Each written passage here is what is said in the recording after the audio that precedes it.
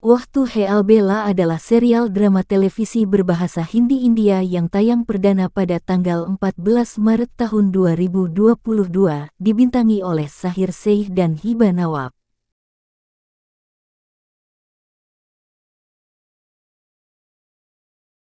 Balwan Sarma dan Dhanraj Choudhary adalah tetangga dan sahabat seperti istri mereka Indrani dan Saroj.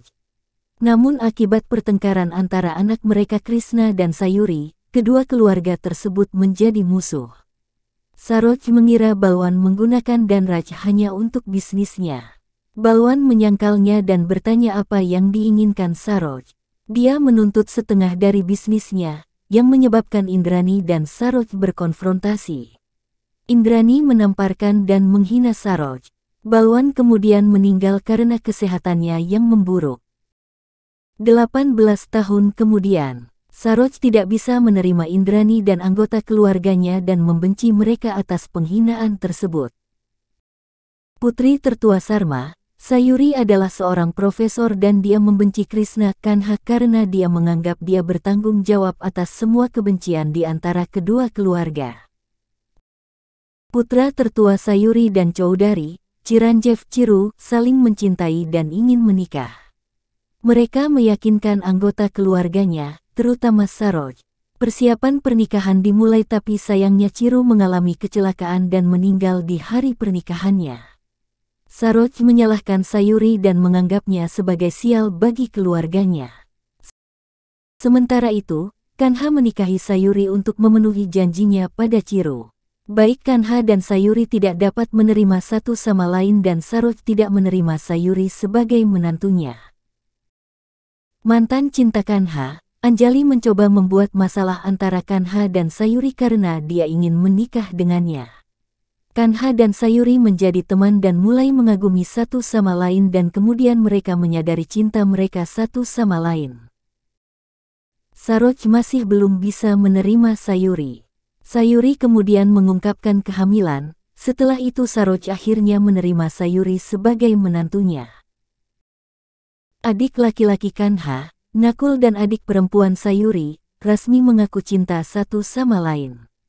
Saroj menerima lamaran tersebut, setelah itu Nakul dan Rasmi bertunangan. Rasmi mulai merasa cemburu dengan posisi Sayuri dalam rumah tangga dan mulai membencinya.